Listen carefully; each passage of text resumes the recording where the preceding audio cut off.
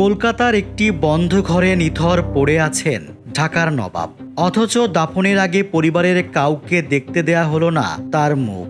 বড়লাটের দেহরক্ষীর চালানো সেই বুলেট নাকি চায়ের কাপে মিশিয়ে দেয়া নীল বিষ, ঠিক কি কেড়ে নিয়েছিল নবাব সলিমুল্লাহর প্রাণ? নবাবের সেই কফিনে কি সত্যিই কোনো অন্ধকার সত্য ধামাচাপা দেয়া হয়েছিল?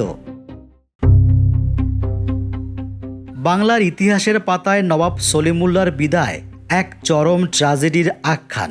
1901 সালে পিতার মৃত্যুর পর যে বিশাল এস্টেটের দায়িত্ব তিনি কাঁধে তুলে নিয়েছিলেন, তার মূল লক্ষ্য ছিল অবহেলিত পূর্ব বাংলার মানুষের উত্তরণ।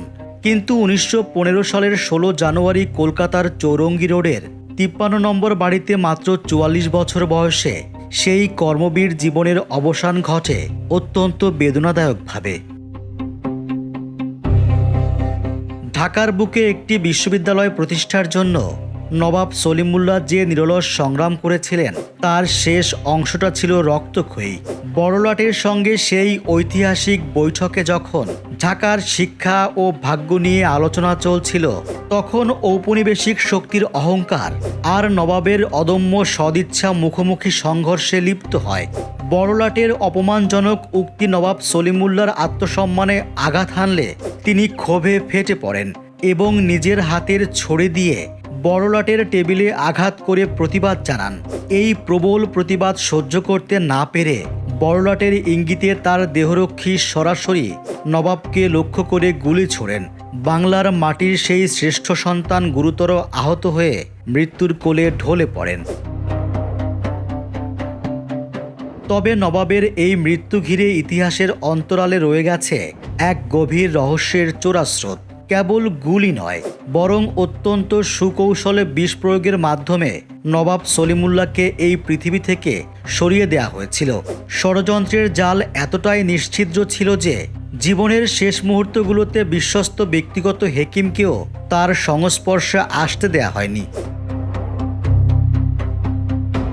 কলকাতা থেকে নবাবের মরদেহ স্টিমারে করে এনে পুরান ঢাকার বেগম বাজারে নবাব পরিবারের পারিবারিক কবরস্থানে দাফন করা হয়।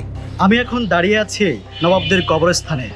এখানে কড়া নিরাপত্তার মধ্যে নবাব স্যার সলিমুল্লাহকে দাফন করা হয়। জানা যায় প্রায় 6 মাস ব্রিটিশ সৈন্যরা তার কবর পাহারা দিয়েছিলেন। দাফনের আগে নবাবের মরদেহ পরিবারের কাউকে কফিন খুলে দেখতে দেয়া হয়নি। ঘটনাটি রহস্যজনক দাবি করে অনুবাদক হাশেম সুফি জানান, মরদেহ যখন কলকাতা থেকে ঢাকা স্টিমারে করে নিয়ে আসা হয়, এখানে তখন শোকের ছায়া। পরিবারের কাউকেও দেখতে দেয়া হয়নি। দাফনের সময়ও কার লাশ তাও দেখতে দেয়া হয়নি। তাই স্বাভাবিকভাবেই সন্দেহ জাগে, কি ঘটনা ঘটেছে যে লাশ দেখতে দেয়া হলো না, ময়না তদন্ত করতে দেয়া হয়নি। অনুপম হায়াতের লেখা নবাব পরিবারের ডায়েরিতে ঢাকার সমাজ ও সংস্কৃতি গ্রন্থ থেকে আরও জানা যায়, সলিমুল্লাহর আরেক স্ত্রী বেগম আজিজুন্নেসা বলেছিলেন তার স্বামীকে কলকাতায় বিষ প্রয়োগ করে হত্যা করা হয়েছিল। এ কথা তিনি বলেছিলেন খাজা শামসুল হকের মেয়ের জামাই মোহাম্মদ লাল মিয়াকে।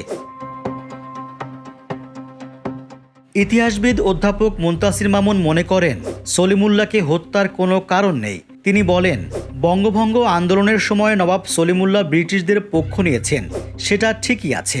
সেজন্য তো কাউকে হত্যা করা হয়নি। তাকে হত্যা করা হবে কেন? ঋণ খেলাপি ছিলেন, জমিদারির ছোট জমিদারিতে পরিণত হয়েছিল, তার থেকে আরও অনেক গুরুত্বপূর্ণ জমিদার ছিলেন। সুতরাং তাকে কেন হত্যা করা হবে? এটার কোনো কারণ আমি খুঁজে পাই না। তবে কুমিল্লায় নবাব সলিমুল্লাহকে একবার হত্যা চেষ্টা করা হয়েছিল 1907 সালে। গুলি নাকি বিষ প্রয়োগে হত্যা, ঠিক কিভাবে নবাব সলিমুল্লাহর মৃত্যু হয় তা স্পষ্ট নয়। তবে তার মৃত্যু যে বঙ্গবাসীর জন্য অপূরণীয় ক্ষতি ছিল তা হলফ করে বলা যায়।